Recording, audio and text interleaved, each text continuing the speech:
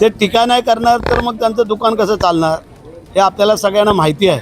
कारण ते एकदम हतबल झालेले आहेत. त्याच्यामुळे टीका टिप्पणी करून जनतेचा काय आपल्याप्रती भाव निर्माण होतो म्हणून ते बघत असतील. पण मी तुम्हाला एक सांगू इच्छितो, त्यांनी कितीही टीका टिप्पणी केली तरी आमची महायुती अभेद आहे, ती कधीही विभागणार नाही आहे. तुमचीच महाआघाडी एकत्र आहे का ते पहिलं पाहावं.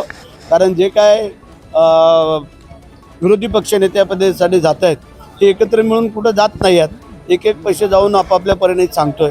त्यांनी सगळ्यांनी एकत्र जाऊन सगळ्यांना सांगावं काय आहे ते, पण ते एकत्र होऊ शकत नाही. पण ते एकच पक्ष होता, सगळे पक्ष कुठं होते. आणि त्याच्यामुळे आम्ही तेच सांगतोय, सगळ्यांनी एकत्र येऊन काय असेल ते सांगावं. कारण काँग्रेस वेगळं सांगतोय, शिवसेना वेगळं सांगतोय, अदरवाईज सगळे वेगळं सांगतायत. त्यासाठी त्यांनी पहिले एकत्र व्हावं आघाडीने, मग सांगावं.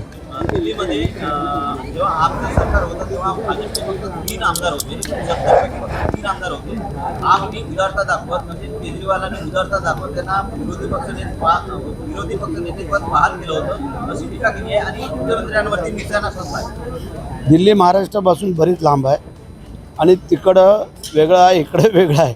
त्याच्यामुळे आमचे जे मुख्यमंत्री, उपमुख्यमंत्री आणि अध्यक्ष, उपाध्यक्ष, सभापती, उपसभापती हा जे काही निर्णय घेतील ते योग्य घेतील. आणि त्यासाठी जे काय ते चर्चा करत आहेत त्यांना टीका टिप्पणीशिवाय काय राहिलेलं नाही आहे. आणि म्हणून मला वाटतं की त्यांनी टीका टिप्पणी करत राहावं. 2 दिवस आम्ही अधिवेशन संपून टाकू.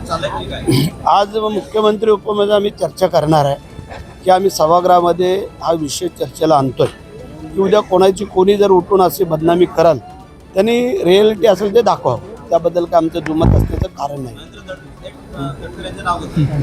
त्यांनी कोणाचं घेतलं किंवा का घेतलं ह्याच्यापेक्षा जी काय वस्तुस्थिती समोरच्यांनी आम्हाला सिद्ध करावी, त्यांनी चॅलेंज केले ना, जर त्यांनी खरं करून दाखवलं तर आम्ही आमदारकीचा राजीनामा देऊ. एवढा मोठा त्याग कोण करू शकतो? ज्याला कर नाही त्याला डर नाही.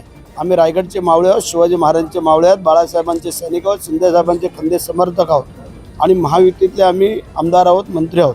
त्यामुळे त्यांनी आम्हाला काही नाही काहीतरी एखादं कारण तर सिद्ध करून दाखवावं. त्यांनी त्याच्यावर केलं, आमच्यावर केलं, आणखीन कोणावरती करतील. ते करत असताना त्याची सत्यता तर पडताळायला पाहिजे हे आमचं म्हणणं आहे. आणि तुम्ही लोकांनी पण पूर्ण खात्री केल्याशिवाय काही गोष्टी जे काही प्रसिद्धी माध्यमाला करताय ते पण मला वाटतं योग्य नाही असं आम्हाला वाटतं आहे. म्हणून आम्ही थोडा हा विषय चर्चेला आणावा का म्हणून आज आम्ही चर्चा करू आणि मग ठरवू.